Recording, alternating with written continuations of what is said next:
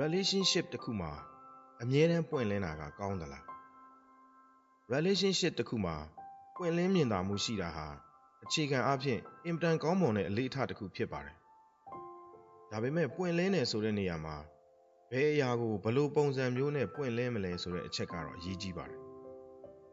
ပွင့်လင်းခြင်းရဲ့ကောင်းကျိုးနဲ့သတိထားရမယ့်အချက်တွေကိုအခုလိုခွဲခြားကြည့်နိုင်ပါတယ်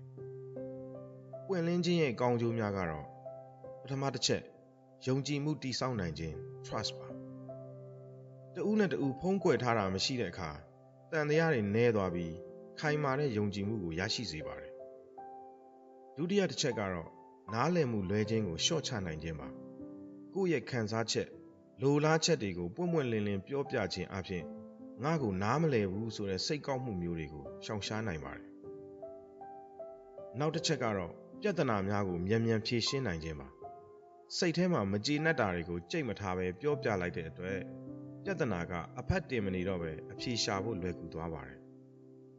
ဒါပေမဲ့သတိထားရမယ့်အချက်တွေကတော့ရှိနေပါတယ်ပွင့်လင်းတာကောင်းတယ်ဆိုပေမဲ့တချို့အခြေအနေတွေမှာတော့ဆင်ခြင်ဖို့လိုအပ်ပါတယ်ငါကပွင့်လင်းတာပဲဆိုပြီးတစ်ဖက်လူရဲ့စိတ်ကိုထိခိုက်စေမဲ့စကားလုံးရိုင်းရိုင်းဆိုင်ဆိုင်တွေပြောမိတာမျိုးကိုရှောင်ကျဉ်ရပါမယ်ဘယ်လိုပြောရမလဲဆိုတဲ့တုံးကအရေးကြီးပါတယ် privacy နဲ့ secret ကိုဂရုစိုက်ရပါမယ်လူတိုင်းမှာကိုယ်ပိုင် privacy ဥပမာကိုယ့်ရဲ့ password တွေငယ်ငယ်ကအရန်ရှက်ဖို့ကောင်းတဲ့ကိစ္စတွေရှိတတ်ပါတယ်ဒါတွေကိုမပြောတာဟာဖုံးကွယ်ထားတာမဟုတ်ပါဘူးအားလုံးကိုအကုန်ချပြစရာမလိုပါဘူးအတိတ်ကအကြောင်းအရာတွေအားလုံးအထူးသဖြင့်ရည်သားဟောင်းတွေအကြောင်းအသေးစိတ်တွေဒါတွေကိုအကုန်ပြောပြခြင်းဟာလက်ရှိ relationship ကိုအကျိုးမပြုပဲမလိုအပ်တဲ့မနာလိုမှုနဲ့စိတ်ဒဏ်ရာတွေကိုပဲပေးနိုင်ပါတယ်ဒါဖြင့်ကျွန်တော်တို့ဘယ်လိုပွင့်လင်းသင့်ပါသလဲလက်ရှိခံစားချက်ကိုပွင့်လင်းပါငါဒီနေ့စိတ်မကောင်းဖြစ်နေတယ်